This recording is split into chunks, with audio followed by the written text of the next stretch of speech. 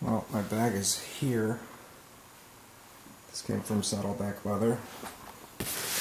It just took about 5 days, I guess, but that included the fact that I ordered it in the middle of the week, so the weekend, obviously, it didn't move. So, I'm going to go ahead and cut this open. Okay, I've gone ahead and ripped this stuff off. This is a fisheye lens. If you see some distortion, that's what it is. Just so I can get close to the bag. Pretty decent packaging. So, this is the Saddleback Messenger.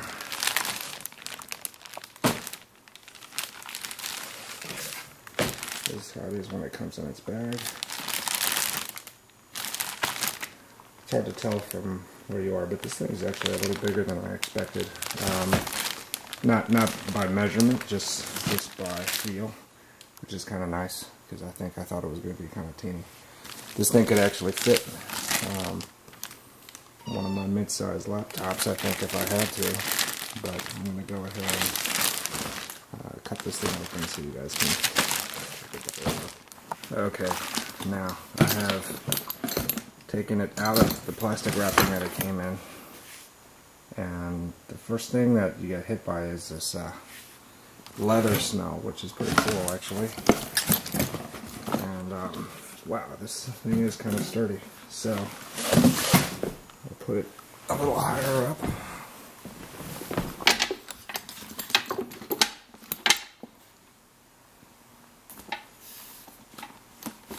So y'all can see it. Yeah, it looks pretty good so far. I have not opened it. You can see some of the metal rings here that they always talk about on the web. It's definitely very sturdy. Oop, just dropped it first time. Solid piece. Construction here, look at this.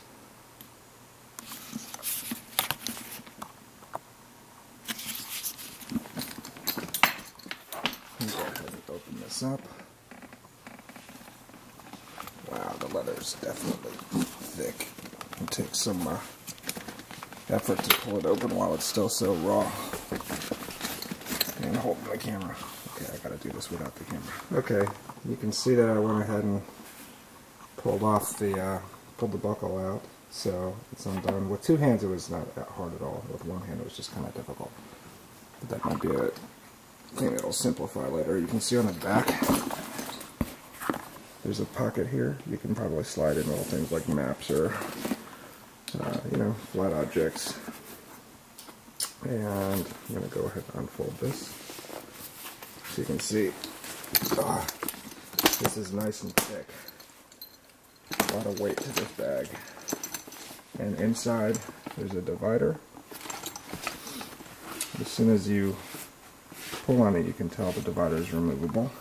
Alright, nice solid piece of leather here. You can probably even use it as a little pad to write on.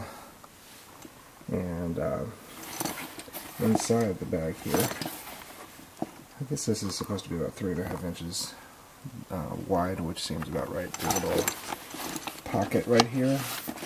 They've got some Saddleback business cards in.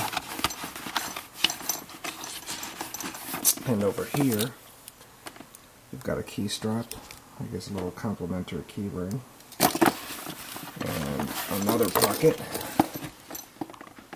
You can probably see that.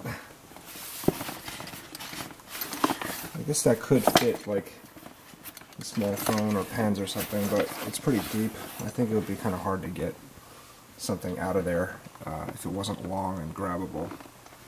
But yeah, this looks like it could actually fit quite a bit of stuff. I have a couple magazines here. This is about a stack of 6 magazines. Alright, and they're decent size. You know, I would say that this is about the thickness of a really thick laptop, even though it doesn't have the same footprint.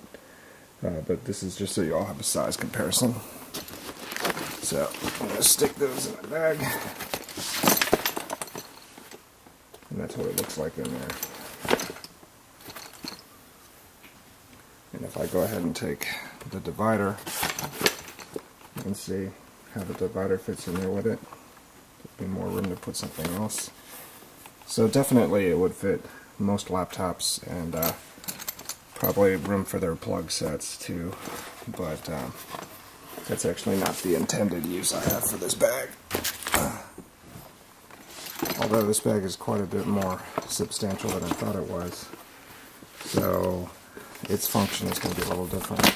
I think I was envisioning something more like the satchel in size, but I'm actually pretty happy with this.